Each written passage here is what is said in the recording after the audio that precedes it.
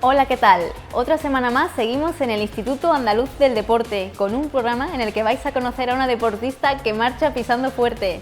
En Tic Tac debatiremos sobre el atletismo de élite andaluz y los eSports seguirán centrando la sección de Mil Merie, además con el tema de las adicciones.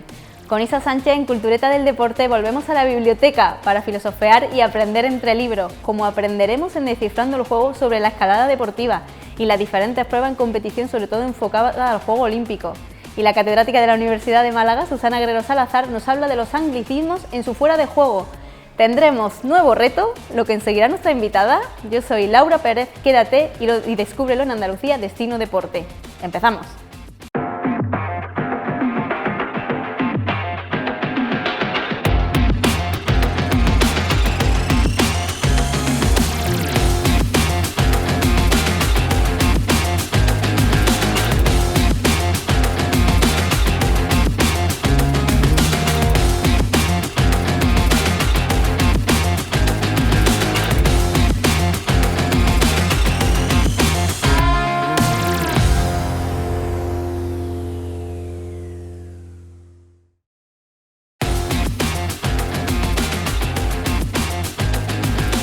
¿Qué deportistas se ocultan tras la máscara? Descúbrelo en Andalucía Destino Deporte.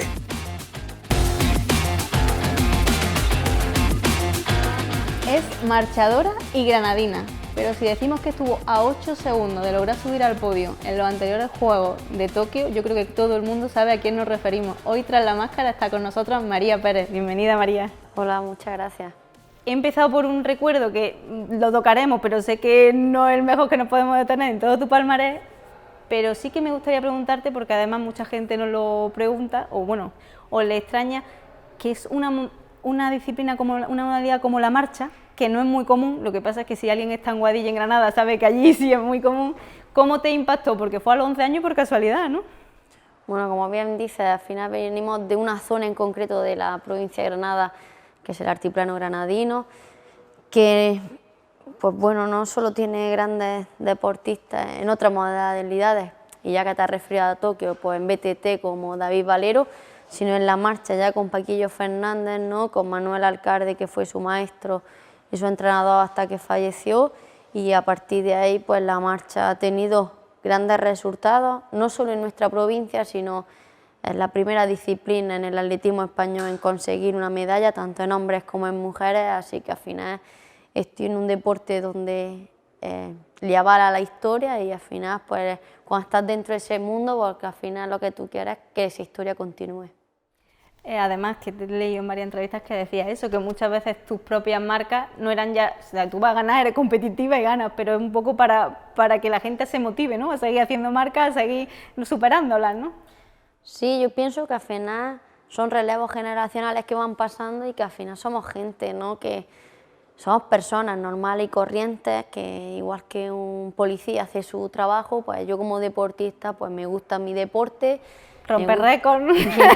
Me gusta estar en la calle haciendo mi deporte, mi modalidad como la marcha atlética, y qué mejor manera de ser un ejemplo, un referente para los más pequeños, que batiendo marcas que cuando empezaba yo decía, fue eso imposible, ¿no? Y yo creo que así también es una manera de enganchar a los pequeños, ¿no? De que vean que nada es imposible, que siempre que vamos a los colegios decimos, los sueños son todos posibles, no hay nada imposible, pero sí que es verdad que hasta que no se lo consigue, pues la palabra está por delante de todo, ¿no? Entonces yo creo que ese es un referente para los jóvenes, enseñar a los jóvenes a que todo se puede conseguir y que nada es regalado, ¿no? Que pues que detrás hay mucho trabajo, mucho esfuerzo, que al final es lo que hace lo posible, ¿no? Pero antes de hacer lo posible hay muchísimo trabajo detrás, un día a día que si te pones a decirlo es una locura de entrenamiento, de encajarlo con formación, porque ahora hablaremos también de ese apartado que para ti es importante, creo que además está en la UCAM, ¿no? Pues ya eso hay que hacer encaje de bolillos si de verdad quieres llegar a tener un récord, ¿no? No es fácil, la verdad que la vida de un deportista de deportes no profesionales no es fácil, porque solo se acuerdan de nosotros cuando son los grandes eventos, y Y con suerte, y hasta que llegue ese día, pues hay nieve, hay frío, hay sudor, hay lágrimas, hay tensión, hay enfado, hay de todo, ¿no? Todos los sentimientos que se puede tener, ¿no? Pero bueno, nada imposible, ¿no? Yo creo que los más pequeños, pues hay que ser reflejo, ¿no? Debemos ser su reflejo y ellos cuando lo tienen todo, ¿no? Le dices, tú tienes esto porque lo has querido, papá y mamá te lo han regalado, te lo han comprado, ¿por qué? A tu mamá y a tu papá también le ha costado poder comprarte esto, regalarte esto, ¿no? Yo creo que no hay que tratar a los niños como personas que no saben las cosas, sino somos personas normales, con otro vocabulario hay que explicárselo y al final no van a entender que las cosas cuestan, ¿no? Todo en nuestra vida nos cuesta y al final estamos en una sociedad pues que hay que hacerse valer. Y bueno, aprovechando esa última frase, creo que tú te has hecho valer con bastante hito. En 2012 ya por primera vez campeona de España sub-18, 2015 primera medalla internacional bronce, en la Copa de Europa de Marcha sub-20, en el 2017 subcampeona de Europa sub-23 y llegamos a el que fue quizás, por desgracia, como bien has dicho, llegan los grandes eventos y es cuando se os pone el foco, ¿no? Y llegó un europeo y María llegó y lo ganó. Cuéntanos un poco cómo fue ese 11 de agosto, porque además con récord de España hemos visto la carrera y hemos vuelto a recordar incluso por propias entrevistas de Jacinto, de tu entrenador, diciendo nosotros llegó un momento que íbamos un poco, veíamos que paraba, pero de repente dijo ella, no, ahora acelero, tranquilo, y ya dijo, bueno, esto está hecho.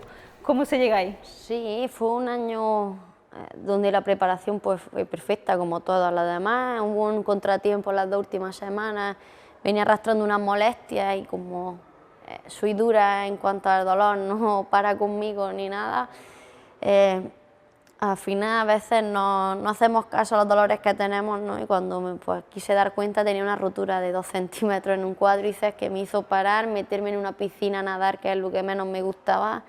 No tiene nada que ver con nuestro deporte. El reto entonces no te lo hacemos de piscina, ¿no? Pues podía ser, pero prefiero que no. A ver, si lo tengo que nadar, pero una cosa es cuando tú nadas en una piscina, ¿no? Por gusto, a cuando te imponen algo, al final no nos gusta. A mí el gimnasio me gustaba, pero cuando me imponen algo, pues ya no me gusta tanto el gimnasio, ¿no? Es verdad, cuando te imponen algo, pues ya no mola, como decimos nosotros. Entonces, bueno, me metí, hice lo que no me gustaba y al final puse de mí lo que podía poner para poder llegar en las mejores condiciones y siempre confía en mí, nunca he tenido, porque si he llegado y he entrenado bien, solo falta tener el día para lo que entrenamos, el día de, la hora hecha y que todo salga, ¿no? Sí que fue un campeonato muy raro, ¿no? Porque íbamos a salir las chicas primero, yo recuerdo que las 5 primeras estábamos ya puestas para salir porque iba a haber una presentación, ¿no? Estaba Palmisano, la italiana, Giorgio,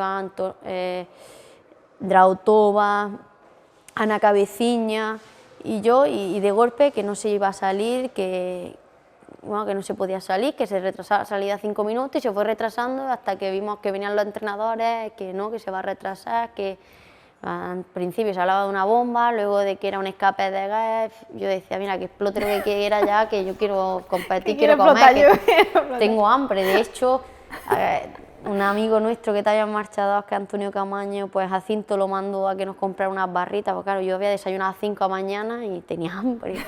Me acuerdo que vino la barrita, estaba comiendo, que vaya a salir hombre y mujeres juntas. Todo el mundo, escupe lo que lleva en la boca, y yo me lo tragué, yo tenía hambre, y ya pues nos pusimos en la línea de salida, diferente, ¿no? Atractivo, hombres y mujeres juntos, que para mí yo creo que ha sido una experiencia bonita que se debería hacer, porque a mí no me ayudó ningún hombre, ni a ningún hombre ayudó a ninguna mujer, de hecho cada uno iba a su ritmo y se hizo en hora y media, prácticamente estaba la carrera hecha, ¿no? Entonces tuve buenas sensaciones, yo sabía ya desde antes de ir para allá que si me ponía o aguantaba en el grupo con Antonella y Drautova, que eran las más favoritas, podía ser medalla y si no, pues un buen puesto para ser mi primer europeo absoluto, aún siendo de sub-23, pues promesa, pues esperaba, ¿no? Ya cuando vi que se quedaban de 3, que nos quedábamos a las 3, digo, mira, de perdida arriba, yo ya quiero lo de adelante, no quiero... También porque lo mismo estaba confiada de que sabía que tenía la tercera, el bronce, Pero bueno, como no me conformo con nadie, pues al final Jacinto me quería frenar en la carrera porque iban dando cambios bruscos, seleccionabas tu freno y yo no hacía caso a nadie, yo iba a mi ritmo y ya. Porque el cuerpo te hablaba muy bien, ¿no? Ese día. Sí, sí, el último kilómetro yo te puedo decir que ha sido de las carreras que más he disfrutado, de dejarme llevar, y bueno, da la casualidad que fue la época en la que Ryanair, por decir, estaba, me acuerdo, de huelga con los vuelos y mis padres iban a ir a mi primer europeo y me cancelaron el vuelo. Y yo decía que mis padres tenían que ir, y decía, había una combinación ahí que hice lo posible porque estuviesen mis padres y las cosas no estaban fáciles, ¿no? Porque te ponían, yo qué sé, ¿no? Y ganar tu primer triunfo la primera vez, ¿no? Es que caer y llevártelo. Es decir, fue mi primer europeo, que eso se lo aguanta cualquiera, y dice, fue hasta el segundo, ¿no? Coger experiencia, que es el objetivo que tenía. Pues llegué y me hice con el oro un subidón y luego, por ejemplo, yo qué sé, yo no sabía récord de España, yo no sabía qué marca había hecho, yo estaba no estaba en una nube porque yo había llegado y estaba Álvaro, estaba... Hombre, sabías que era tu mejor marca, ¿no? Sabía que no me había fijado ni en la marca, soy sincera, no me había fijado en el tiempo. Disfruté mucho porque estaba Álvaro, estaba Diego, ¿no? Y claro, como nunca coincides con tanta gente en la meta, ¿no? Y todos te abrazas y era allí unos chillidos, te daban en el oído y luego había gente llegar, ¿no? Y te da la enhorabuena. Es verdad que es un momento que lo recuerdo muy fugaz, ¿no? Que ha pasado muy rápido, que me decían vive el momento y lo viví, pero es que no hay sensación para explicar eso. Y fue perfecto, vamos, para mí el día más emocionante porque estuve con mis padres y con mi familia, con la familia de Jacinto, con amigos allí y lo pasé súper bien. La verdad que es muy difícil poder volver a vivir una situación así. Bueno, pero muy difícil, pero no imposible. No, imposible no, pero que con la pandemia que hemos tenido, con todo, pues que lo pienso y que digo... Parece hasta muy lejano, ¿no? Como sí, digo, joder, a ver si algún día pueda llegar repetirse. A ese momento. Bueno, ¿y por qué no pronto? Vamos sí, a esperarlo. Ojalá. De hecho, bueno, llegaron muchos, llegó el Campeonato del Mundo de Doha con unas condiciones muy duras. Quería rescatar este campeonato porque precisamente en Tokio las condiciones también fueron muy duras, ¿no? En los juegos. Entonces, bueno, han pasado también varias competiciones por medio, pero me gustaría que nos detuviéramos precisamente en el culmen para un deportista, sobre todo individual, de marcha atlética, que es como unos Juegos Olímpicos. Clasificaste, estuviste allí, además había otra andaluza también, Laura García Caro también estaba allí. ¿Cómo fue esa competición en Tokio? Ha sido una de las pocas veces que hemos visto a María después llorar después de alguna. Bueno, un sueño hecho realidad en cuanto a que dos andaluzas que hemos empezado desde muy pequeñas, que hemos visto a gente mejores que nosotras en cuanto a cualidades, se han quedado por el camino y que las que desde pequeñas hemos llegado, ¿no? Y nunca verdad que siempre hemos sido rivales en todas las categorías, ¿no? Joder, ahí en los juegos. Y en los juegos también era tu rival, ¿no? Pero que dentro de eso, pues, como andaluzas que somos y la gracia que tenemos, pues, fue mi compañera en el vuelo para llegar y Laura es como una niña chica, lo vivía como... Y la verdad que eso, pues, gusta, ¿no? Ver o recordar, ¿no? Que ha sido mi rival, pero también ha sido con la primera que está en unos Juegos Olímpicos, ¿no? Y luego, pues bueno, pues unos juegos raros, donde una preparación perfecta, donde todos los sentimientos que puede vivir una persona se tienen. Al final, para mí también ha sido un año personal complicado y al final pues se te juntan todos, ¿no? Y quieres pues llegar en el mejor momento para poder culminar de la mejor forma posible, ¿no? Pero para mí ha sido la carrera más dura en cuanto a, bueno, condiciones. Doha fue muy dura, esta Tokio ha sido menos dura, pero en todo, ¿no? No fueron unas condiciones fáciles desde que llegamos a Sapporo, porque ya que no competíamos en Tokio tuvimos que viajar a Sapporo. La comida los primeros días era muy escasa, era muy pequeña las cantidades, porque los nipones están acostumbrados a comer poco y al final hasta que no se rueda un poco en el sitio, pues cuesta, te va costando, ¿no? El sitio de entrenamiento pues no eran los mejores para unos Juegos Olímpicos, pero se hacía, es decir, no, yo no he tenido problemas, lo he ido, me ha gustado más o menos, lo he hecho, pero bueno, la situación pues no lo sé, lo pienso, que me dijese que en ese grupo, si llegaba a ese grupo era medalla, que al final tampoco había una comunicación perfecta porque era todo tan rápido.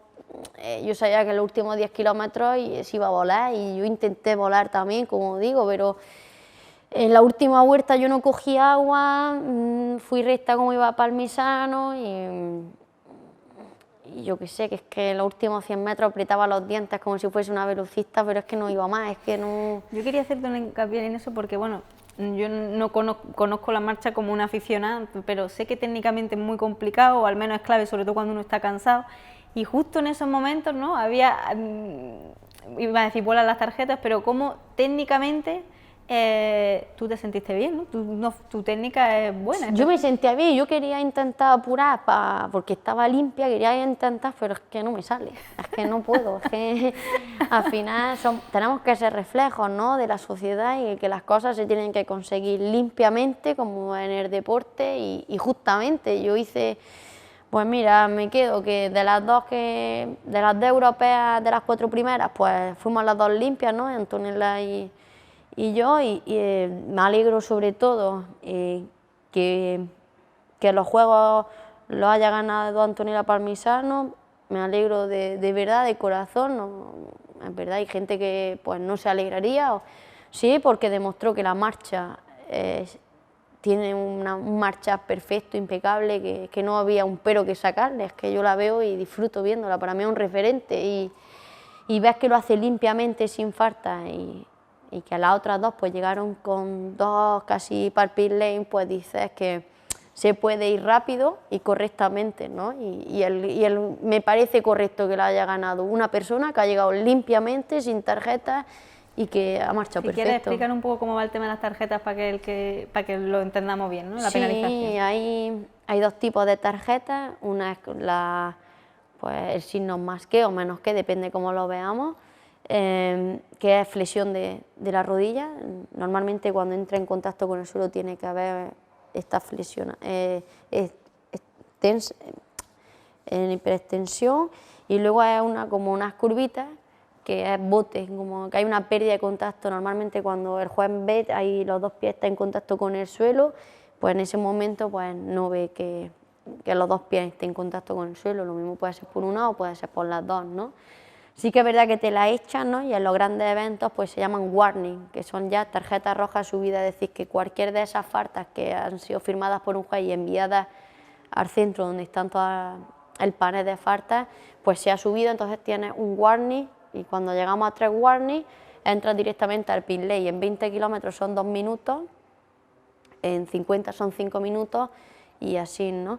Y luego, claro, pues entraba al pit lane, como le pasó a Erika de Sena, casi llegando a meta y bueno, yo creo que, yo no sé si es mejor mi situación, que das cuarta, que ir tercera y que te metan en el pit lane, pero bueno, al final los jueces hacen su trabajo y nosotros como deportistas hacemos los nuestros, ¿no? Y para mí yo creo que al final tiene que haber unas normas para hacer un juego limpio y que no haya tramposos en ningún sentido. Nosotros tenemos 2, ¿no? Porque uno son pues, los controles antidopaje que se hacen y la otra es un juez que te está viendo durante los 20 kilómetros. Bueno, yo quería quedarme con el detalle, por si había gente que no lo sabía, que Parmisano, oro olímpico en Tokio, fue cuarta en Río de Janeiro. Entonces nosotros vamos a dejar un poco esa a ver si la tradición europea por ahí continúa y dejamos la puerta abierta. Ojalá. Y por supuesto, antes de cambiar la sección y entrar en TikTok, que además vamos a entrar en debate, vamos a seguir hablando de la marcha del atletismo en Andalucía, antes quería preguntarte por tu futuro, tu próximo objetivo. Bueno, estoy en un año no sabático, pero que tengo algunas cosas claras de lo que quiero hacer o no lo que quiero hacer. Vengo de un año difícil en muchos sentidos, la presión no ha sido uno de esos, pero he tenido mucha tensión por motivos personales y al final, pues bueno, cuando lo das todo, todos los días, día tras día, después de una pandemia, pocas vacaciones, entrenando sola, que me gusta, pero al final, pues bueno, la tensión, ¿no?, de querer llegar lo mejor posible, llego a Tokio y me quedo con un sabor agridulce, más amargo que dulce, pues con el paso del tiempo se va viendo diferente, pero al final yo creo que el que es competitivo no se conforma con nada y así soy yo, no me conformo con nada, entonces bueno, quiero descansar en ese sentido la mente. Hay Copa del Mundo por equipos, hay Mundial, hay Europeo.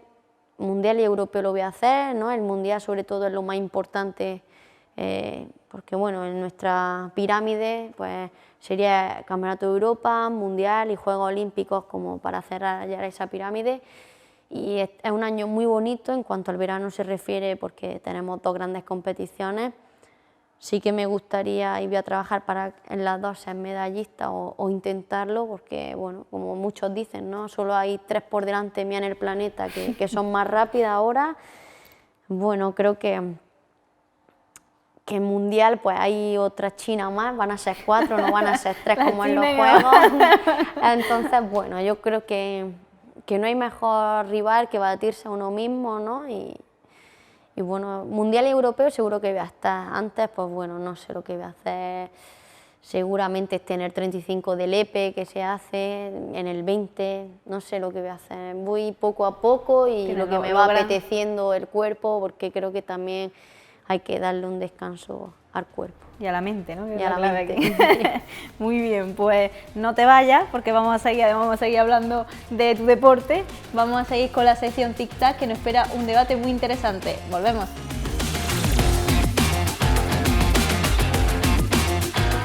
Y volvemos con la sección Tic Tac. En este programa vamos a tener un debate sobre el atletismo, pero concretamente con la marcha, ya que aprovechando a nuestro invitado, la marcha en Andalucía. Voy a presentar a nuestro segundo invitado de hoy, que es Jacinto Garzón. Bienvenido. Muchos ahora mismo lo conocen como entrenador de María Pérez, pero él ha sido marchador, es entrenador y fue por la Real Federación Española nombrado mejor entrenador de 2018. O sea que no es solo por María, porque también hay otros pupilos que están ahí, que ahora hablaremos de ellos, que están disputando y que están llegando fuerte. Uno a las puertas, una lástima de los Juegos también, como es Alberto Amezcua, un poquito. Bienvenido.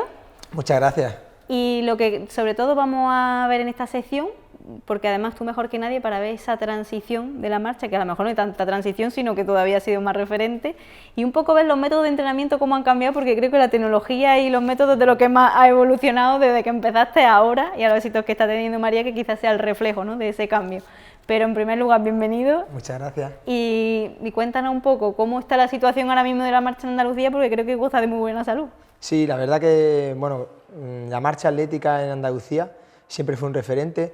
Hay que decir que la marcha atlética se introdujo en España a través de marchadores como Moisés Llopart, que fue el padre de Jordi Llopart, el primer medallista para el atletismo español, y vino por Cataluña, entró por los Alpes, porque venía de Inglaterra, desde Francia, y aterrizó aquí en España por ahí. Pero sí que tuvimos la suerte de que Manuel Alcalde, que ha mencionado María anteriormente, fue un entrenador que, bueno, fue un emigrante de un pueblo, de un anejo de Guadix, que se fue a buscar suerte en el mundo laboral con 20 años a Barcelona, conoció esta disciplina y cuando volvió a Guadix volvió como olímpico en Los Ángeles y en Seúl. Tener un olímpico en un pueblo donde todavía no sabían lo que era esta disciplina y que la gente descubriese la marcha atlética, pues nos abrió el camino a todo el resto que vino después. A partir de ahí fue muy fácil porque, bueno, no fue tan fácil, pero hubo referentes como Paquillo Fernández, que fue subcampeón olímpico, y eso generó mucha escuela, con ese equipo formado por Paquillo y Manuel Alcalde como entrenador. Y ya pues no dejamos de salir un sinfín de marchadores. Yo quizás no, destacaba en categorías inferiores, en campeonatos de España, pero no tuve el nivel que tiene pues, una María Pérez, un Alberto, una Laura, un José Manuel, bueno, y otros muchos que hay ahora, pero sí es verdad que se generó una simiente que hoy en día pues estamos gozando, como tú decías, de muy buena salud, donde María Pérez pues es la gran referente, a pesar de ser una de las más jóvenes, pero bueno, ha establecido, pues está haciendo historia en la marcha atlética y está haciendo historia, como lo hizo en su momento Manuel Alcalde con 2 Juegos Olímpicos y luego otro sinfín de andaluces.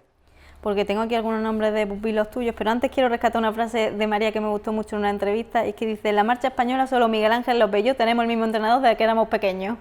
Sí. Yo creo que al final es algo que bueno, yo tengo la suerte de que cumplí mi sueño, el sueño de mi entrenador, y creo que eso muy pocas personas lo llegan a conseguir, ¿no? Yo creo que habrá un momento en la vida en que todos tengamos que volar y buscar mejoras por otro sentido, pero yo creo que al llegar a la élite con la misma persona que viene de lo más pequeño, aparte de lo bonito, es todo lo que conlleva todo eso, ¿no? Todo lo que se hace, la confianza, todo. Y yo creo que el de los grandes deportistas que hemos llegado o estamos en todos los mencionados como mejores deportistas, si lo quiero decir, que al final somos personas normales que, como te he dicho antes, batimos récords o hacemos cosas. Algo cotidiano, ¿vale? No, pero lo hacemos y somos referentes para los niños pequeños, o somos referentes para los niños pequeños, pero podemos ser referentes en que podemos quedarnos en el mismo sitio, que no hay que irse ni a un centro de alto rendimiento para sacar nuestro mejor partido. Yo es lo que siempre he dicho, no me tengo que ir a un centro de alto rendimiento para... Lo único que hiciste fue que te mudaste a Guadix, ¿no? Me mudé a Guadix, pero bueno, que está a 45 minutos, tampoco hice... y vivía en un piso, no me fui ni me daban la comida, ¿no? Modifiqué, pues en vez de irme con 18 a la universidad, pues me fui con 15, ya está, he cambiado un poco eso. Pero dentro de todo eso que se puede estar en un mismo sitio sin tener las grandes instalaciones o los grandes medios que pueden tenerte cuando eres élite en un centro de alto rendimiento, sin tantas cosas así, se puede llegar también a la élite y obtener buenos resultados. Sí, aunque como tú has dicho, un trabajo constante, ¿no? Y gente detrás comprometida. Y bueno, como comprometido estás haciendo con la figura que estás sacando, porque bueno, lo hemos comentado antes, Alberto Mezcua se quedó primer reserva nacional en los Juegos, una lástima, pero ahí estuvo, y luego la proyección que tiene José Manuel Pérez, ¿no? Que bueno, que promete, ¿eh? Sí, yo diría que ha habido 2 años muy importantes, ha habido como 3 años muy importantes. Uno fue que cuando todos tus atletas les sale algo muy bien, pues es un año para destacar. Y en 2017, por ejemplo, María empezó a despuntar muy gordo porque venía de ser muy joven y ese año fue subcampeona de Europa, se coló en un mundial absoluto, su primer mundial absoluto, y se metía entre las 10 mejores del mundo, y eso era algo grandísimo. Ese mismo año Alberto quedaba 9º del mundo, también se clasificaba en el mundial junto a ella, por lo cual hacía un hito histórico, y José Manuel Pérez quedaba subcampeón de Europa. Entonces esos momentos en los que... Tú dormías muy bien ese año. Claro, pero yo cuando veo que los demás, que ellos son felices, yo soy feliz.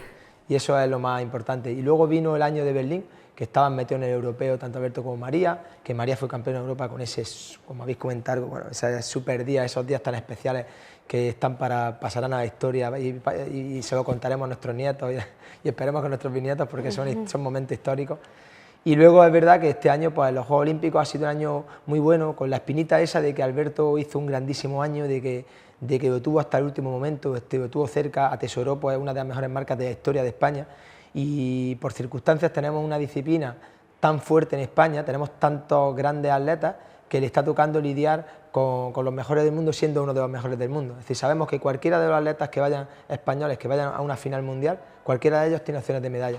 Eso lo ha hecho crecer mucho a él también, pero también hace en algunos momentos pues quedarse con esa espinita. Pero yo creo que la vida al final, el calma existe, y al final te lo devuelve, igual que has dicho antes que a María le tiene que devolver el calma una medalla, porque María tiene talento y tesón para conseguir una medalla, pues Alberto devolverá esa espinita de estar en los Juegos Olímpicos. Y los otros más jóvenes, pues imagínate este año, José Manuel es campeón de Europa, José Luis Hidalgo campeón también de Europa de equipo e individual. Pues ha sido un año muy bonito porque hemos vivido también muchas experiencias, como dice ella, muchas aventuras, momentos que hemos tenido que pasar por menos bueno. Claro, bueno, para disfrutar hay que pasar mucho tiempo de trabajo, mucho tiempo también que hemos estado solos, pues confinados, viviendo única y exclusivamente para el entrenamiento. Pero luego se saborea mejor, yo creo, las victorias y los resultados. Y casi que de primera veis lo duro que es, pero luego ya, cuando ha pasado un mes, ya con la normalidad absoluta, échate de menos eso. Y parece que quieres... María a veces me pasaba que ahora, por ejemplo... Yo quiero más tranquilidad, ¿no? Está castigada, pero a veces decía, estoy deseando ir a Fuenromeo otra vez. Y es el sitio donde más nos concentramos y donde solo vivimos para eso. Pero a veces, mientras que haya eso, pues quiere decir que hay hambre, hay ganas y hay sueños por los que luchar. Que es lo importante, ¿no? Sí. Que no se pierda el gusanito ese, porque si no... Sí, cuando se pierde hay que parar un poco, descansar y buscarlo. Bueno, yo quería preguntarte, porque todas estas décadas, además quizás la última ha sido cuando más se está metiendo la tecnología, el tema de la nutrición, ¿no? Muy importante ya medir todo. María te hablaba también en otra entrevista del tema del descanso, de lo importante que es dormir. ¿Cómo ha evolucionado o qué crees tú que ha sido la clave para ese rendimiento que están teniendo ahora tus pupilos, tus atletas? Pues mira, es verdad que hemos mejorado en muchas facetas y cada vez la ciencia apoya más, soporta más los pasos que damos, es decir, no damos pasos de forma empírica, sino que de forma científica intentamos estar soportados por esa ciencia que para eso existe.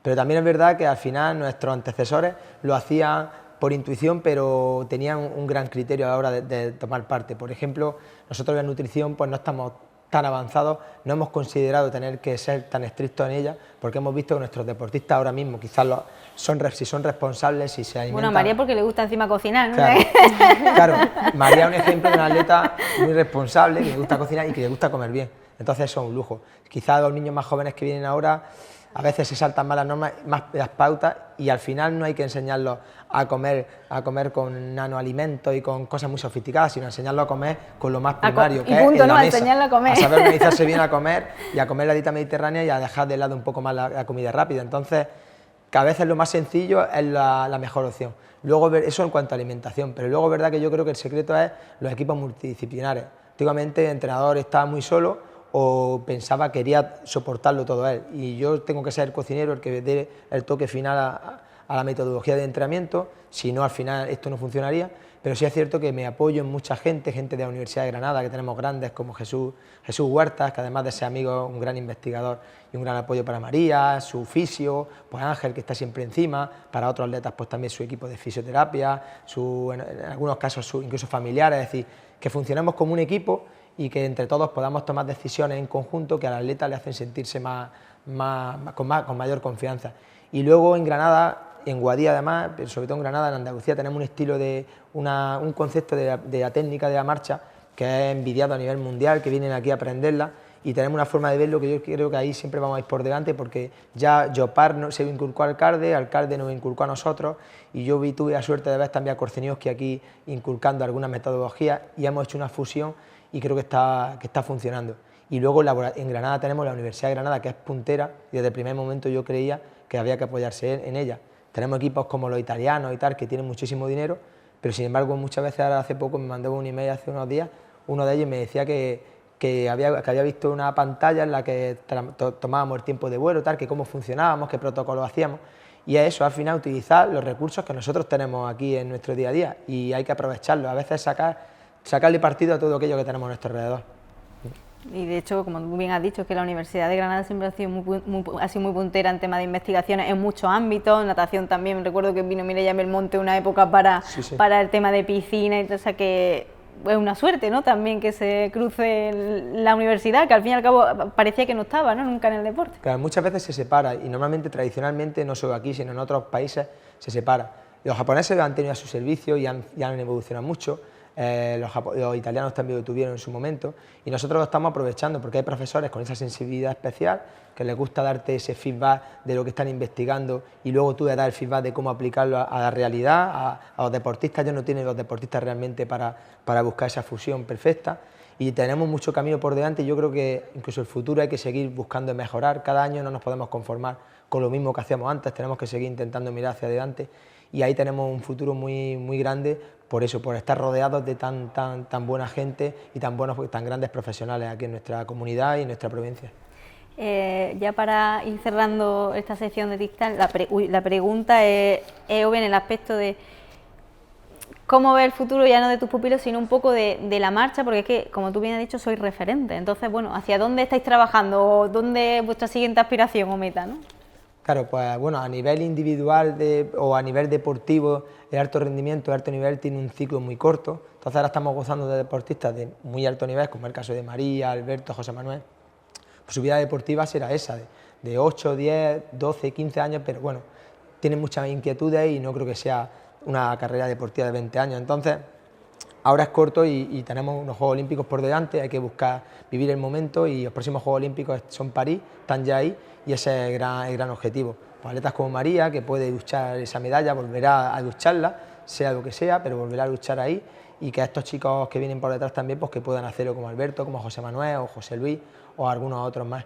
Y luego, por otro lado, a nivel de futuro, la marcha, yo siempre digo que es la gran desconocida, porque si decimos cuál es la actividad física más practicada en el mundo, la gente se va a fútbol o a otra, y yo digo que es la marcha. La marcha, si la entendemos como la marcha que viene de caminar, y nosotros somos la Fórmula 1 de caminar, que es caminar muy rápido, y si lo asemejamos desde esa forma, sabemos enseñarlo y mostrarlo, creo que tenemos un camino muy grande para que sea la actividad física más practicada y una de las más valoradas, porque todo el mundo camina, y al final lo que nosotros hacemos es lo que la gente querría, que es pasar de caminar a 6 km por hora, a 7, como camina la gente normal, a caminar a 14 km por hora que camina María.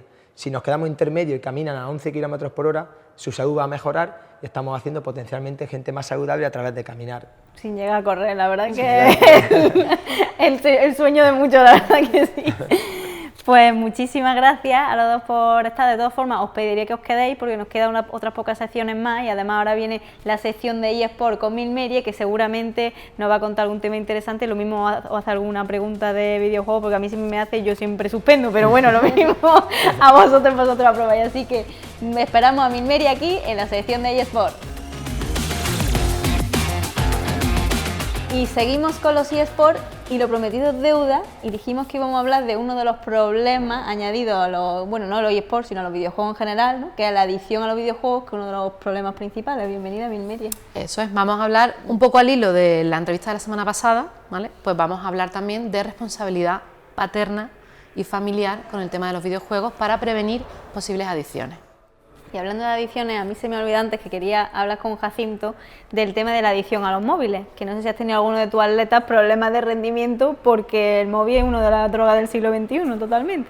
Pues sí, circunstancialmente, bueno, aparte yo soy entrenador, pero soy también maestro en un colegio e incluso hemos tenido que hacer cursos de prevención de adicción a tabletas y a móviles y a videojuegos, porque ya había algún niño que lo tuvo que lo manifestó y a partir de ahí tuvimos que intervenir con algunas charlas y tal. Y bueno, he de decir que los deportistas lo bueno que tenemos es que como los alejamos de esa parte de cerrarse en la casa y solo vivir de las pantallas, pues utilizan mucho más tiempo el espacio en el medio exterior, entonces no se llega a generar esa tanta adicción, porque al final tienen que compaginarlo. Suelen ser niños muy responsables y lo suelen compaginar también con sus estudios, con su descanso y al final no hay tanto tiempo para más. Pero sí es cierto que todos cada vez estamos dependiendo más de esos dispositivos y a veces pues sí que hemos tenido que ver ya conductas que no eran habituales, pues que le mandes un complemento en una bicicleta o algo y que estén con los móviles todavía pendientes ya, no estén pendientes de lo mismo de subir el pulso con esa bicicleta, o que estén terminando y no se dediquen a estirar o a calentar porque estén primero mandando, es decir, es terminar el entrenamiento, ¡pum!, y todos ya saltan al césped con su móvil. Eso lo más jovencito ahora, pues sí se ve. Y es verdad que, vamos, yo no me gusta prohibir nada, me gusta orientar y dar consejos. Y luego si se equivocan, que se den cuenta, pero con su propio error. Entonces, bueno, a veces pues lo dejo caer, pero ya te digo que yo mismo también nosotros, como también llevamos los circuitos de fuerza, los llevamos en el móvil, nos están llamando automáticamente 24 horas cualquier deportista y es al móvil. Entonces llega un momento que no sabes diferenciar del tiempo de ocio con el tiempo de trabajo. Entonces si ellos te ven también con eso, ¿cómo tú luego le vas y le dices que no? Entonces hay que saber hacer un buen uso, un adecuado uso y también a veces hay que saber apartarse. Y bueno, en eso de aprendizaje están los deportistas, estamos los entrenadores y estamos yo creo toda la sociedad que tenemos que saber compaginarlo bien y hacerlo bien. Aunque María comentaba antes que vosotros los atletas no podéis separaros mucho del móvil, ¿no? Vale, yo en ese sentido soy muy pasota, pero sí que es verdad que siempre lo llevo conmigo por el tema del control antidopaje, ¿no? Porque nos localizan a través de una aplicación por la dirección de casa y siempre tenemos una hora, ¿no?, que tenemos que estar disponibles al día, pero puede ser una sorpresa y que, por ejemplo, yo ahora mismo estoy aquí contigo grabando y que vayan a casa, ¿no? Si no le abro, toco el teléfono y yo, venga, si no le abro, lo primero que hace es llamarme, ¿no? Y si estoy cerca, pues tengo que ir. Entonces, en ese sentido, estamos un poco atados a que las nuevas tecnologías, las nuevas apps, hacen que a los deportistas pues en eso nos tengan localizados. Yo siempre he dicho, prefiero una pulsera, que digan dónde estoy, que me vibre y que vaya a mi casa, porque el móvil tienes que ir con la tensión de que se te queda sin batería o cualquier cosa, que se te cae, se te ha roto la pantalla, ¿ahora qué haces? Al final, ahí, en ese sentido sí que estamos un poco matadas tener el móvil siempre con nosotros, pero cuando no, lo dejo al ladito. Tu adicción no, al móvil ninguna. Al final me recuerda un poco al título del libro que vamos a comentar en la entrevista, que es Black Mirror, ¿no? El libro se llama, lo leo, Videojuegos, el último Black Mirror. El sistema antidopaje ese que comentas me recuerda mucho a esa realidad alternativa de Black Mirror, la verdad. Siempre se tiene que buscar alguna alternativa, ¿no? Al final. Entonces tenemos una entrevista, ¿no? Hemos entrevistado a Álvaro Fernández, que ha escrito el libro, pues el que comentaba, Videojuegos, el nuevo Black Mirror, referente a temas de adicciones a videojuegos. Pues entonces que la gente tome nota ahora, los padres sobre todo, ¿no? Que tomen nota a ver de cómo, o profesores, ¿no?, que también están en ese ámbito, cómo podemos corregir, cómo pueden corregir, ¿no? Adelante. Bien, pues como comentábamos, estamos aquí con Álvaro Fernández, que ha venido un poquito pues, a hablarnos de su libro centrado en temas de videojuegos, adicciones y demás. ¿Qué tal, Álvaro? ¿Cómo estás? ¿Qué tal estáis? Muy bien, ¿vosotros? Pues muy bien, también aquí entrando un poquito en el tema del deporte convencional, incluyendo allí el tema de eSport y haciéndonos nuestro hueco, ¿no? Cuéntanos un Ujú, poquito cómo ves el tema de las adicciones, centrado ujú. un poco en lo que es la parte competitiva del mundo gaming. A ver, lo que más preocupa es la retirada de videojugadores. Escuchaba ayer una entrevista a Pau Gasol, la reciente que ha hecho Ibai, y muchos de los jugadores que se retiran de la NBA acaban en bancarrota. Entonces, un poco la gestión de la vida después de, sobre todo, un deporte que te lleva que te puede llevar a la cima y aparte eh, es algo que en cierta manera, bien, sí que puede ser muy profesional, pero sigue siendo jugar a videojuegos. A lo mejor no has tenido tanto contacto con un mundo más real o la cruda realidad. Entonces, si me dices problemas de salud mental y deporte, lo que más me preocupa ahora mismo es la retirada, que también, mismamente, en la exposición del libro se lo preguntaron a Duval y dio muy buena respuesta respecto a esto. Bueno, eso que comentas de la retirada de los deportistas, creo que además en el deporte convencional sí que es un tema importante a tratar con los deportistas. Un poco dejan el deporte Ujú, de élite y se encuentran un poco descolgados y ahora qué hacen, ¿no? Con su carrera profesional. ujú. Claro, así es. Respecto a adicción y competitividad, vamos a ver, si nos ceñimos a lo último que ha dicho la OMS, o lo que siempre han ido en verdad los diagnósticos oficiales, psicológicos, clínicos sobre la adicción, se refieren a la incapacidad de la persona de controlar el estímulo adictivo, que en este caso sería la dopamina generada por los videojuegos. ¿Qué pasa? Que en el contexto social siempre se ha tenido la creencia de que adicción es cuando a mí me atrae algo con mucha fuerza y que llevo una semana todo adicto al café. Vale, lo puedo llegar a comprar en un contexto social, pero en un contexto psicológico clínico para hablar de trastorno, esa adicción al café, de tomar 3 cafés al día, tiene que ser durante un año, ¿vale? Ujú. O que sean 10 cafés en 6 meses, que sea muy grave, ya que tengas algún problema. Entonces, el trastorno adictivo del comportamiento siempre va a ser un problema real y tangible. No obstante, las prevalencias que ha dado la OMS, que la OMS con sus luces y sus sombras en esto ha hecho algo muy prudente, porque ha puesto unos criterios abiertos, cuando el fenómeno es abierto, es un puchero de muchas variables que tenemos que meter ahí. Ha dado una prevalencia, unas primeras prevalencias entre el 1 y 5% de gente susceptible de que le gusten los videojuegos y que sea medio game, ¿vale? En una muestra un poco así. Entonces, entre un 1 y 5% de esa muestra es algo que ni me parece mucho ni me parece poco. No obstante, por otros datos, sabemos que a partir del 30% de las personas que juegan a videojuegos, contando personas que juegan a videojuegos a lo mejor 1 hora a la semana, ya tenemos una franja de jugadores más implicados. Y es más difícil encuadrar y delimitar un gris que delimitar un negro, que sería un Ujú. trastorno por uso de videojuegos. Y un blanco, pues no hace falta. ¿Cuáles tendrían que ser, ya te pregunto como madre, ¿vale? Ujú, Yo siempre me posiciono en los dos ujú, sitios porque soy madre, soy gamer, ¿vale? ujú. Juego videojuegos. ¿Cuáles tendrían que ser las señales de alarma? El que tú digas, uy, creo que mi hijo ya está pasando un poco esa franja y tengo que preocuparme y controlarlo un pelín. Yo me preocuparía si al cambiarle el videojuego y le pones un videojuego que no sea tan adictivo y que sea más genuino, responde mal, porque eso alude a un problema. Vamos a ver, puede tener un chaval una atracción atroz por el Fortnite, porque genera mucha adrenalina y mucha dopamina, y está en una edad temprana en los colegios, y el que no juega al Fortnite pues es rarito. Y ese exceso de adrenalina y dopamina puede ser tremendamente adictivo. Bien, esto que sea tremendamente adictivo no quiere decir que tenga un trastorno de adicción. Pero si vemos que le ponemos un Zelda, un Minecraft, un videojuego más de exploración, un videojuego más de historia, eh, no para quitarle el Fortnite, sino a lo mejor le podemos dejar 2 partidas al Fortnite con los amigos Ujú. y solo dejamos jugar al Fortnite cuando estén los amigos conectados para que así tenga ese componente social y 2 partidas de arena de Fortnite pues se pueda aguantar y que no pierda ese componente social de jugar con los amigos. Y si le dejamos jugar 2 horas, por la segunda hora que le haga el Zelda.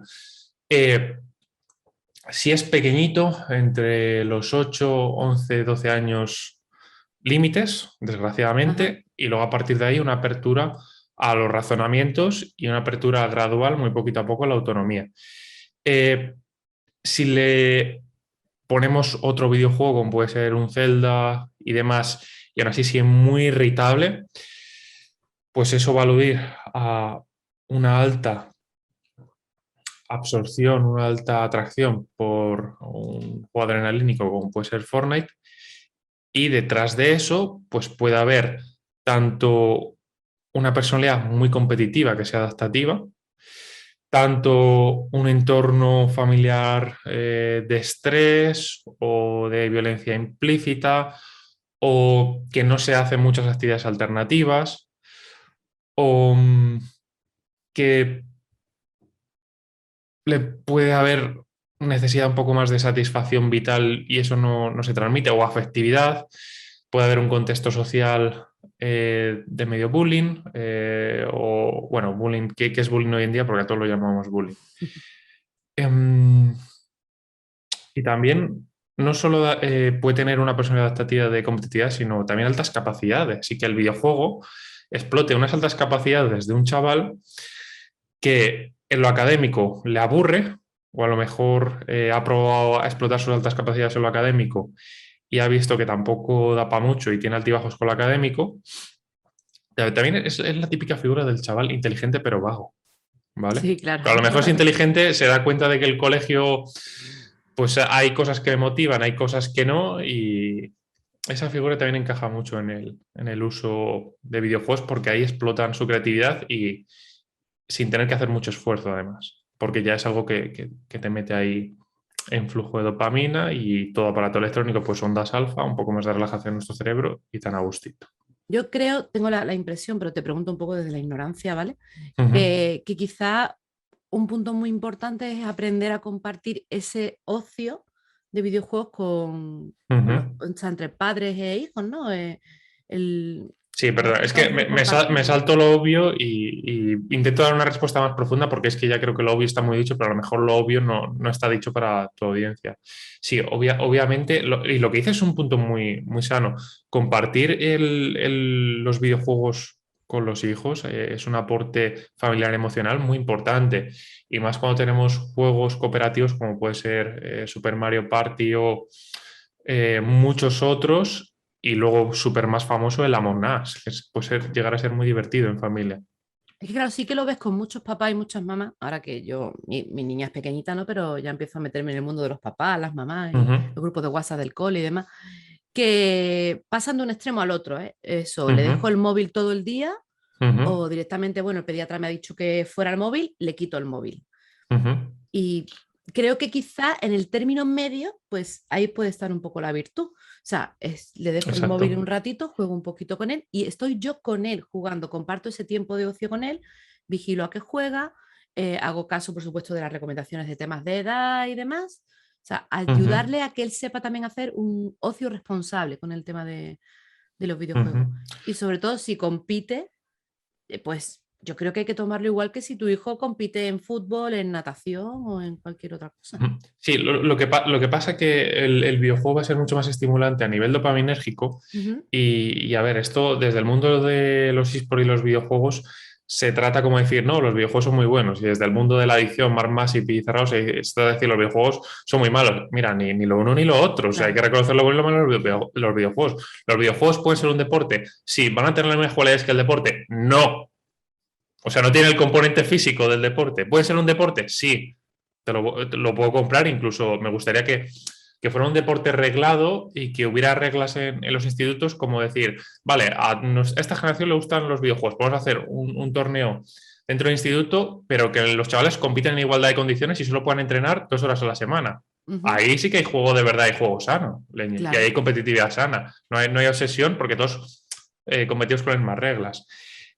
Lo que pasa con los videojuegos respecto al deporte es que va a haber mucha más saturación de la dopamina, y no va a haber otros neurotransmisores positivos o tantas endorfinas como puede haber en el deporte, o si hacemos deporte al aire libre, tomar el sol, el tacto social, que ya de hecho el tacto, oye, buena tío, qué bien te lo has marcado, pues ya generas un pelín de oxitocina. Entonces va a haber más nutrición a nivel psicológica, espiritual y física en el deporte de contacto físico que en los videojuegos. Eso es así.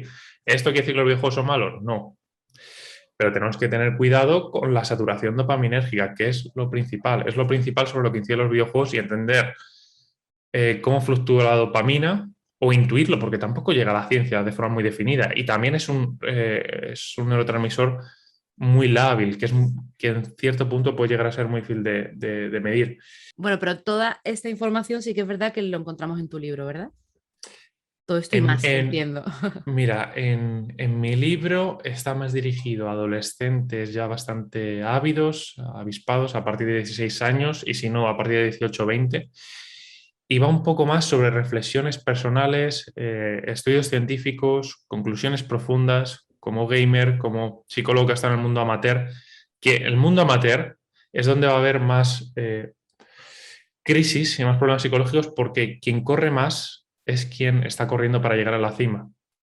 Quien está en la cima corre menos que los que están corriendo para llegar a la cima, ¿vale?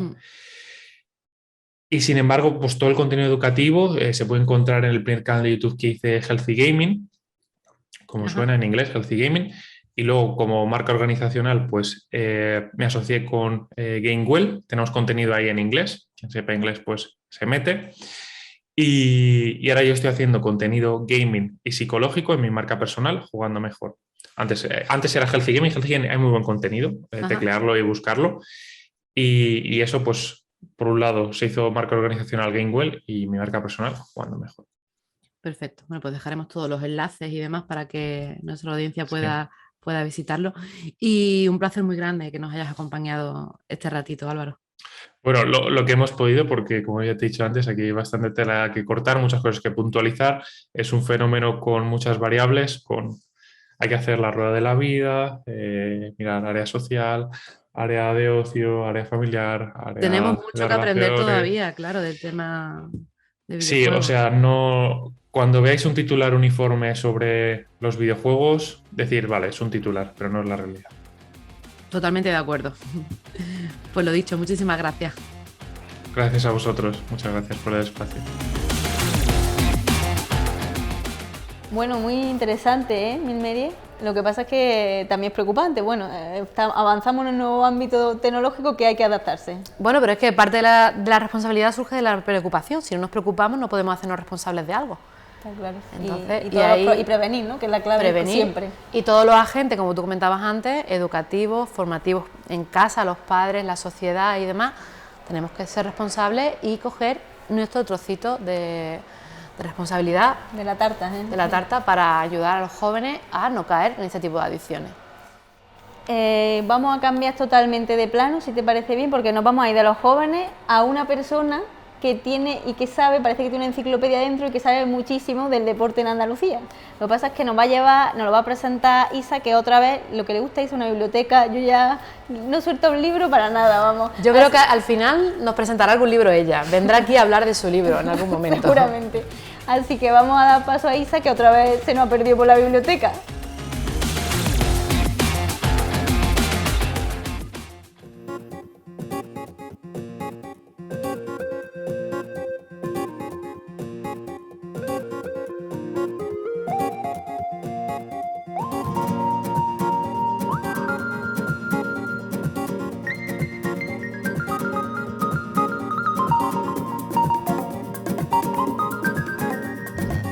Laura, la cultureta, esta sección, este es el mejor sitio para venirse a disfrutar de ella. Biblioteca del Instituto Andaluz del Deporte, que recibe el nombre de una persona, lo han podido leer en la puerta, Juan de la Cruz Vázquez Pérez.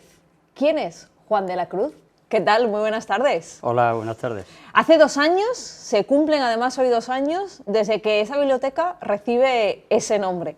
¿Cómo fue esa llamada para decirle la biblioteca del IAD, de ese lugar donde tantas veces ha venido a trabajar, va a comenzar a recibir su nombre? Pues fue el consejero Imbroda que me coló un canastón en todo el corazón, aquel día 19 de noviembre del 19. Y bueno, él hablaba y habla mucho de los referentes, le interesan mucho los referentes en muchos sentidos, incluyendo las personas, y bueno, pues él creía que yo tenía méritos suficientes para que la biblioteca del IAD, en la que he trabajado más de 20 años, en el Instituto Andaluz del Deporte, cuando se llamaba Unisport, y desde el 94 Instituto Andaluz del Deporte, y bueno, para mí fue todo un honor, lógicamente. Porque la figura de Juan de la Cruz no se puede entender sin el deporte, y sin el deporte andaluz mucho menos. Pues sí, estoy relacionado y personal y profesional y familiarmente también. Ya retirado, ya jubilado, ya decidió dedicarse a otras cosas, a la familia, a los más pequeños de la casa. ¿Cómo ha sido su carrera? Podríamos enumerar muchísimos cargos que ha tenido, nos vamos a centrar un poquito en esa faceta de formación para hacer el deporte andaluz un poquito más grande. Pues hay dos pilares del deporte andaluz, uno en el que estamos, el Instituto Andaluz del Deporte, y otro que está en Granada, que es la Facultad de Ciencias del Deporte, cuando empezó como INEF en el año 83, pues en esos dos pilares he tenido yo bastante que ver, y tanto en la idea como en la creación, en la puesta en marcha y en el desarrollo, sobre todo el desarrollo del Instituto Andaluz del Deporte, más que en la Facultad de Ciencias del Deporte, de la que también fui profesor, pero yo vivía en Granada y me trasladé a Málaga y participé sobre todo en la idea. En septiembre de 1978 se celebró una reunión en lo que era el Polideportivo de la Cartuja con el delegado provincial del Consejo Superior de Deportes. Yo era asesor técnico de la Delegación Provincial del Consejo Superior de Deportes de Granada, y se había hecho un polideportivo muy especial, y es que llevaba una torre de 4 plantas para que las federaciones deportivas se instalaran allí, lo que se llamaba la Casa del Deporte, y los espacios deportivos que se habían construido para que se organizaran las federaciones sus actividades.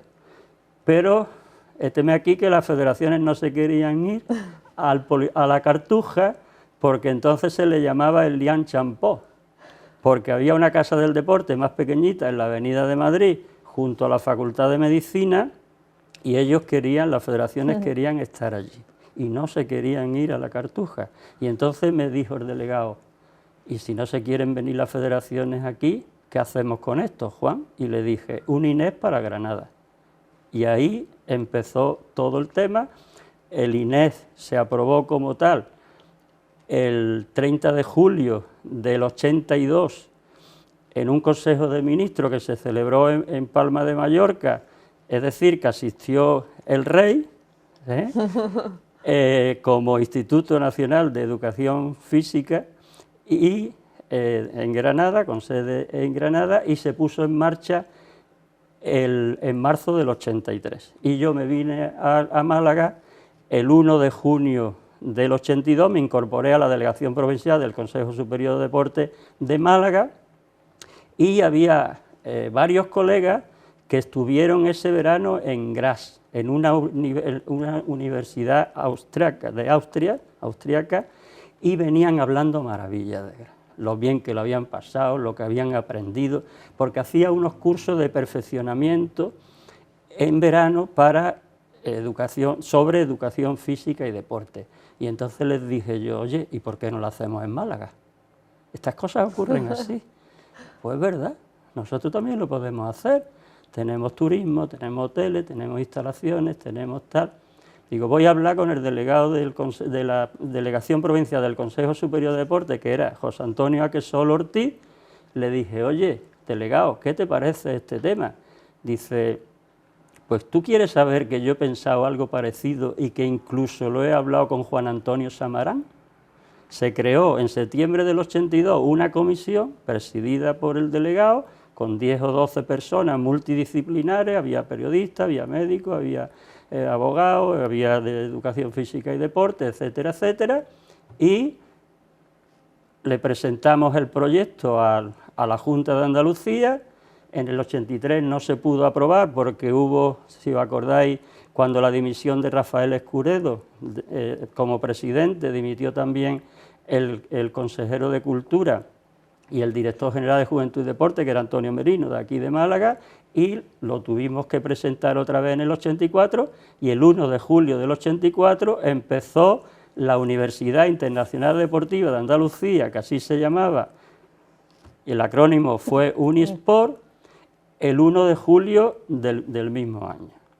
Y entonces, pues claro, esos temas, eso han sido la formación reglada por un lado y la formación permanente, la documentación, las publicaciones, etcétera, por otro lado han sido de verdad los grandes pilares del desarrollo del deporte autonómico andaluz por lo menos, y del deporte andaluz también. Hablando de formación, en este caso escrita, aquí tenemos algunos ejemplos de libros que llevan su sello, que llevan su nombre. Hay uno a lo mejor muy especial, no es autor como tal, es coautor, es el de los 30 años del deporte andaluz. Sí, sí, una recopilación, 1912, ¿no, 1982, 2012, esos 30 años. No es una recopilación, es un trabajo bueno, yo fui digamos, el entrenador, ¿no?, el seleccionador. Seleccioné a una serie de autores porque ahí trata del deporte municipal, esos 30 años del deporte municipal, del deporte universitario, del deporte escolar, de la política deportiva de la Junta, de las instalaciones deportivas, en fin, tiene 10 capítulos y uno es pues los testimonios que nos dieron muchas personas, ¿no? Y el libro tiene 600 y pico páginas y se presentó en 2013 en el congreso, en el primer congreso de la Federación Española de Gestores del Deporte en Granada, en la Facultad de Ciencias del Deporte, que cumplía 30 años también, porque fue en 2013, se puso en marcha en 1983 y allí se presentó ese libro, que es un libro que ha tenido muchos gestores deportivos en la mesilla de noche. Desde luego que sí. Para ir acabando, Juan, queremos que nos deje claro algunos términos que lo utilizamos. Los primeros, los periodistas, que sé que caemos en muchos errores, pero también para muchísimas personas que están en casa. Y si yo les pregunto, ¿qué es deporte? ¿Qué es deporte, Juan, en singular? Pues deporte significa cualquier forma de actividad física a través de participación informal u organizada que tenga por objetivo la mejora de la condición física y el bienestar mental, el desarrollo de relaciones sociales y conseguir o obtener resultados en competición de cualquier nivel. Es decir, deporte hay que entenderlo en sentido muy abierto, muy amplio. Deporte no es solo competición. Fijaros que hay 3 objetivos anteriores a la competición. También es competición, pero es cualquier forma de actividad física, organizada o informal. Es decir, jugando unos niños en una explanada están haciendo deporte. Jugar 5 contra 5 el Unicaja contra el Real Madrid es deporte reglado, de competición, es el último de la definición, lo último de la definición. Pero jugar 2 contra 2 a baloncesto, siguiendo con el baloncesto, niños en una explanada o mayores haciendo gimnasia de mantenimiento en un pabellón, también es deporte. ¿Y si hablamos de deportes? Pues de deportes, deportes es la suma de modalidades deportivas, incluso de especialidades deportivas. Y deporte en singular es un hecho social que se está demostrando cada vez más que es esencial, entendido en sentido amplio. Yo hablo del deporte para siempre. Yo, a través de esta definición que acabamos de oír, me di cuenta, porque esta definición viene del año 92, un poco modificada, es decir, la primera Carta Europea del Deporte fue en 1975, se llamó Carta Europea del Deporte para Todos, y la segunda fue en 1992, y le quitaron el apellido, y se quedó en Carta Europea del Deporte, pero incluía también el deporte para todos, es decir, el deporte recreativo, el deporte que se hace para mejorar la salud y también la competición. Entonces, yo me di cuenta que el deporte así entendido se puede practicar durante toda la vida. Y hay que practicarlo durante toda Claro, la el vida. deporte no es para un momento de la vida, es para toda la vida, claro, adaptándolo a las cualidades, a la edad, etcétera, etcétera, de la persona que lo realiza, que lo practica. Entonces, cuando hablamos de deportes, pues tenemos que fijarnos en modalidades deportivas que están aprobadas por el Consejo Superior de Deporte, que son 70 y tantas, 80 y tantas, o en la Junta de Andalucía, que hay 61 modalidades deportivas con su federación andaluza correspondiente. Pero debemos de hablar de deporte en singular, como un hecho social, porque si no tendríamos que hablar también de otras cuestiones en plural. Por último, ¿algo que tenga en mente Juan de la Cruz ahora mismo? ¿Algún otro libro? ¿Algo que nos pueda ir anticipando? Bueno, ahora estoy escribiendo un libro, pero de mi familia, de mi persona, que se llama Década, Década, que va a durar desde el año 48 que nací hasta de 0 a 80 años. Creo que voy a llegar a los 80 años porque ese es el año que termino de pagar la hipoteca. Y creo que no quiero dejársela a mis hijos y entonces la voy a terminar de pagar yo. Y estoy ahí, ya casi estoy en el año 21 en el que estamos, quiere decir que voy a tener 7 años para hacer casi una especie de diario, pero ese no lo voy a publicar, ese se va a quedar para la familia. Juan, rápidamente, antes de marcharnos, ha estado nuestra compañera Daisy hablando de los eSports. Están muy de moda, seguro que tiene algún nietecillo por ahí que ya haya comenzado a jugar y a competir en casa. ¿Eso es deporte? ¿Lo quiere fichar un equipo alemán a mi nieto? Eso hay que contárselo a Daisy, que lo cuente en el siguiente Pues programa. Te lo cuento. Hay varios que van detrás de él. Yo creo que hay que anticiparse a los cambios y viene algo que se llama eSport y existirá, si no existe ya, que yo creo que sí. Juan de la Cruz Vázquez Pérez, la persona que da nombre a esa biblioteca a la que tantas veces acudimos nosotros aquí en esta sección de La Cultureta. Juan, un placer estar este ratito aquí contigo. Un placer y un honor para mí estar con vosotros. Muchas gracias.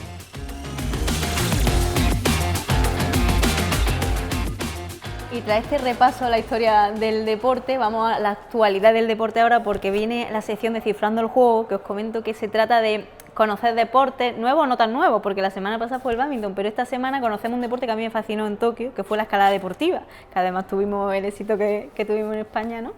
Pero me pareció la prueba de velocidad muy chulísima, ¿no? Muy atractiva. ¿Vosotros en Granada que hay afición a la escalada o no?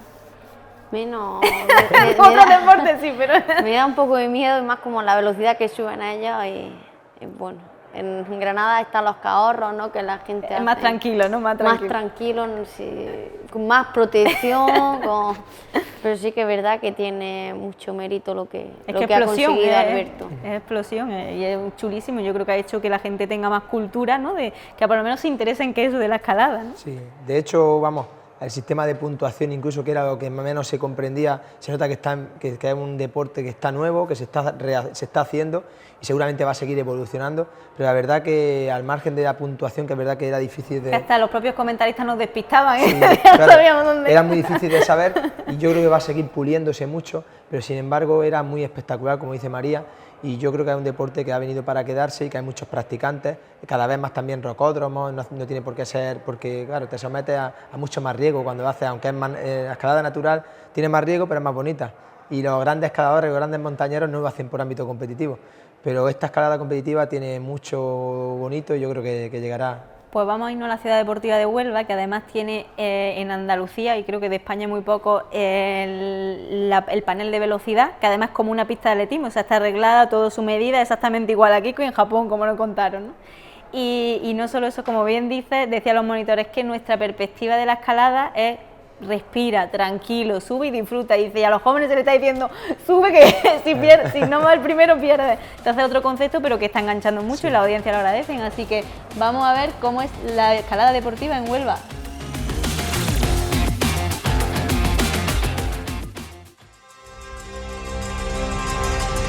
Hoy, en Descifrando el Juego, conoceremos más sobre la escalada.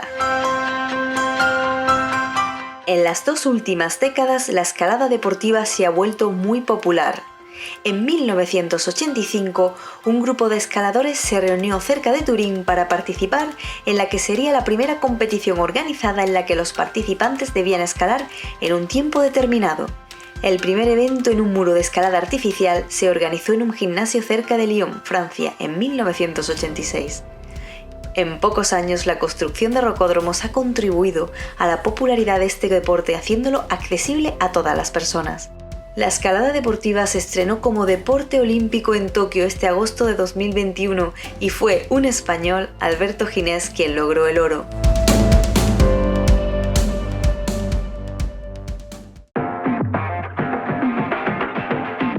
Pues mira, la escalada deportiva consiste en subir por paredes más o menos verticales con diferentes ángulos, solamente con la ayuda de nuestros pies y nuestras manos, ¿vale? El medio de protección o el material de seguridad solamente lo ponemos para protección para posibles caídas, pero no podemos progresar con él, solamente progresamos con la ayuda de pies y manos. Dentro de la escalada tenemos diferentes modalidades, ya sea tanto en el medio natural como en rocódromos e instalaciones indoor. Por una parte tenemos la modalidad de boulder, que sería la parte que tenemos aquí atrás. El boulder es una modalidad de escalada en la que escalamos por rutas que no pueden superar los 4,5 metros de altura en rocódromos. En rocas sí pueden ser rutas superiores. Y que el medio de protección que tenemos solamente es la colchoneta, no utilizamos más material de seguridad. Tenemos el material que utilizamos para la escalada en boulder, sería pies de gato, que es un calzado especial, que lo tenemos aquí, que se caracteriza porque tiene una suela muy adherente y queda bastante ajustado, para que podamos apoyar los pies en sitios pequeños de manera precisa. Y por otra parte utilizamos magnesio, en rocódromos se utiliza magnesio líquido principalmente porque es más limpio y lo que hace el magnesio es que nos seca el sudor de nuestras manos para que no nos resbalemos de los agarres, para que tengamos buen tacto. También existe la modalidad de dificultad, en la que ya sí podemos superar los 4,5 metros de altura, normalmente el rocódromo ronda entre 12 y 15 metros, y en la que sí utilizamos material de seguridad. Utilizamos arneses, cuerdas, mosquetones, dispositivos de aseguramiento. A diferencia con la escalada en boulder, podemos decir que la escalada de dificultad es más una actividad de resistencia y la escalada en boulder es más de movimientos más explosivos, una como más de fuerza y la otra más de resistencia. Para escalar en cuerda es necesario 2 personas que forman una cordada en la que uno realiza la tarea de asegurador y el otro la de escalador y se van alternando pues continuamente. Sin embargo, en escalada en bloque se puede practicar de manera individual. Este año ya hemos tenido presente la escalada en los Juegos Olímpicos en varias modalidades. La primera sería la modalidad de boulder, en la que consiste en subir por rutas de escalada de no más de 4,5 metros, en la que los competidores no conocen la ruta previamente, sino que la escalan a vista, que se les llama en escalada, sin conocerla. Y por otra parte también hemos tenido la escalada de dificultad, que igualmente son rutas que no se conocen por los competidores. Sin embargo, después tenemos también una modalidad de escalada, que es la escalada de velocidad, que son rutas previamente establecidas, en las que sí conocemos cuál es el itinerario, pero que consiste en escalarla en el menor tiempo posible. Bueno, pues la prueba de escalada de velocidad es una prueba muy nueva, muy reciente, y dentro de la escalada deportiva de competición. Aunque ya se llevaba haciendo desde 1940, que ya los rusos empezaban a competir entre dos personas, es reciente realmente lo que se está llevando a cabo ahora. Entonces los rocódromos de velocidad ahora se han estandarizado y todos tienen un formato igual en todo el mundo y consiste en un panel vertical de 15 metros de altura, 3 de ancho en cada calle, es decir, 6 metros de ancho, y se compone de 20 presas de manos, 11 de pies, y siempre están puestas de la misma manera. Es decir, las presas son todas iguales, están certificadas por el IFSC y colocadas en la misma postura, en el mismo orden, milimétricamente. Es decir, es como una pista de atletismo. Si cumple las medidas estándar, es igual en todo el mundo. El rocódromo de Huelva es el mismo que el que pueda estar en Estados Unidos, en Alemania, en Noruega, en cualquier país. Entonces, la prueba consiste en que dos atletas compiten simultáneamente subiendo por las dos calles y eso es lo que le da la espectacularidad de ver quién gana en ese momento. De hecho, es una prueba que el vencedor se define más casi por el fallo de uno de los dos competidores que por la propia velocidad en sí, ¿no? Hay veces que uno que va más lento aprovecha el fallo del otro y se programa vencedor, ¿no?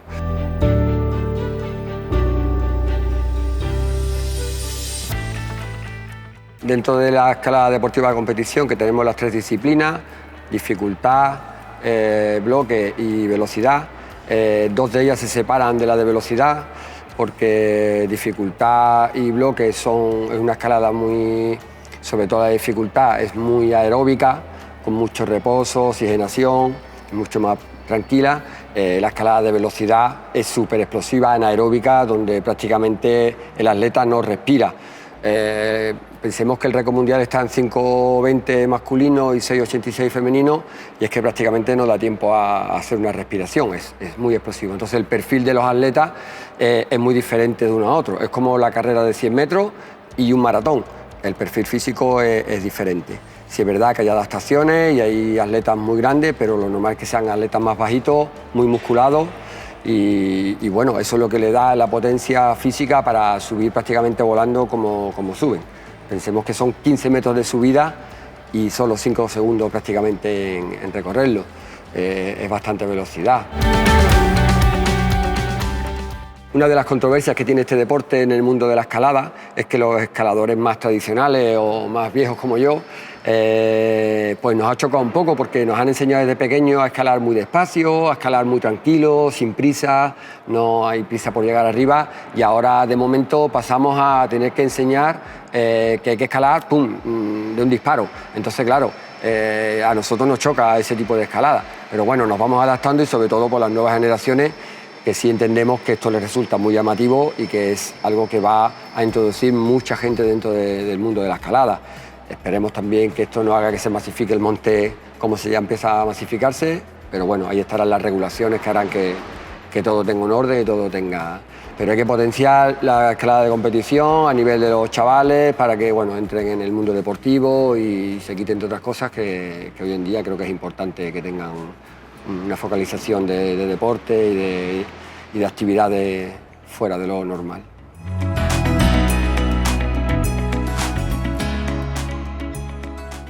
Los chicos que hemos estado viendo durante el día escalando son chicos que pertenecen al CEDA, que es el Centro de Excelencia Educativa Deportiva de Andalucía. Es una experiencia piloto que se inició en Granada en el 2020 y ahora aquí se retoma, sigue en Huelva en el 2021 también, con el bádminton y la escalada. Y bueno, son Iván, Álvaro, Jaime y Conchita, que pertenecen a la selección andaluza de escalada y bueno, pues están aquí estudiando, compaginando estudios con sus entrenamientos, entrenan en el CIMA, el tema de bloque y aquí entrenan dificultad y velocidad. Y la verdad que es una experiencia que es bastante buena y el año que viene pues seguramente habrá más alumnos porque esto irá a más y irá creciendo y no habrá más remedio que agrandar las instalaciones.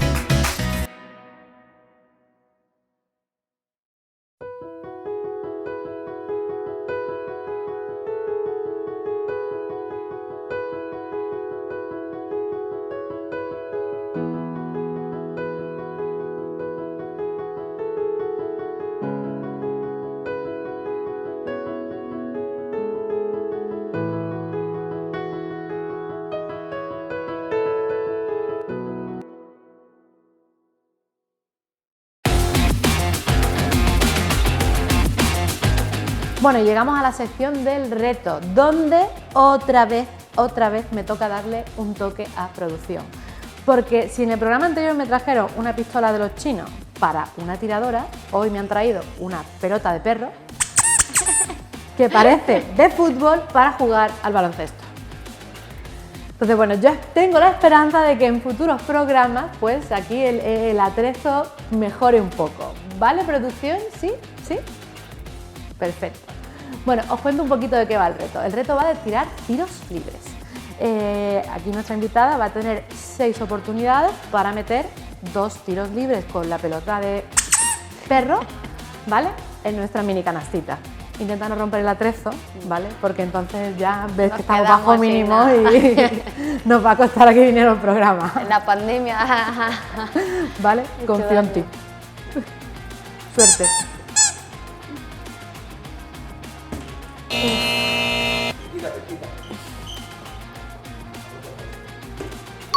No.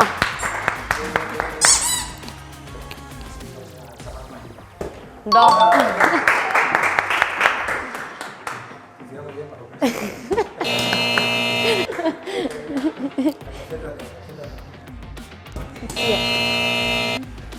La última, ¿no?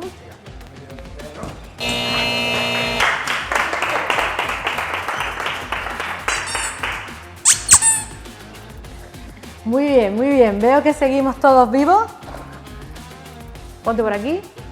Porque ya que hemos superado el reto, pues hay regalitos y premios, ¿vale? Gracias.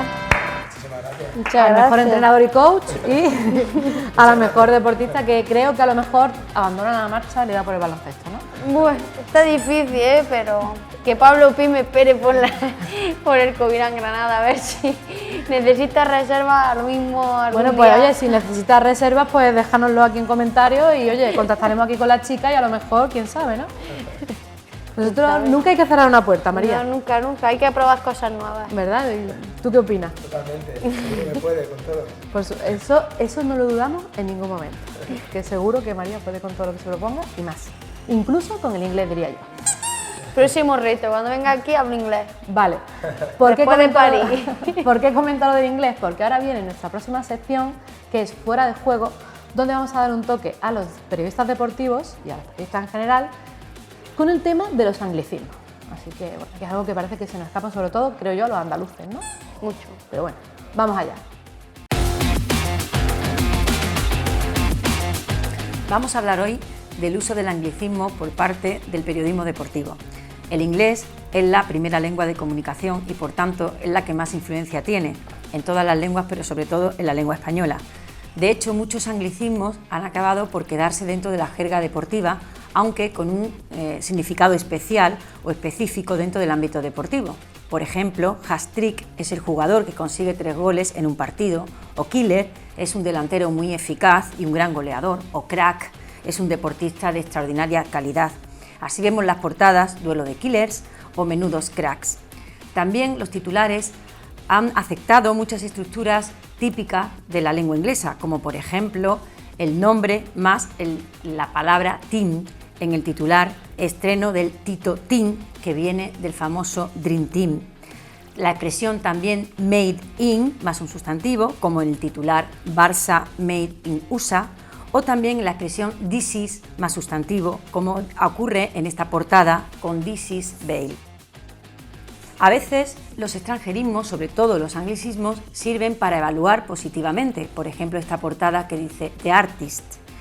Los extranjerismos sirven también para evaluar tanto negativa como positivamente, a veces haciendo antítesis, como ocurre con Neymar Up o CR7 Down o Messi OK, Neymar Cao.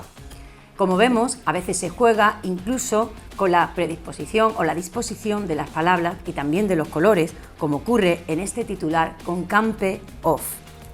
Otros juegos humorísticos están basados en el juego de las palabras, en cambiar expresiones, frases hechas fácilmente reconocidas por palabras que se le parecen y hacer el juego, como por ejemplo en el titular Sex Symbol, que alude al sex symbol, o en el Messi Christmas, O para terminar, el efecto humorístico muchas veces de las portadas coincide en combinar la lengua inglesa con la lengua española y además añadir una rima, como ocurre con Keep Calm, este Madrid funcionará, o Keep Calm y espabilad.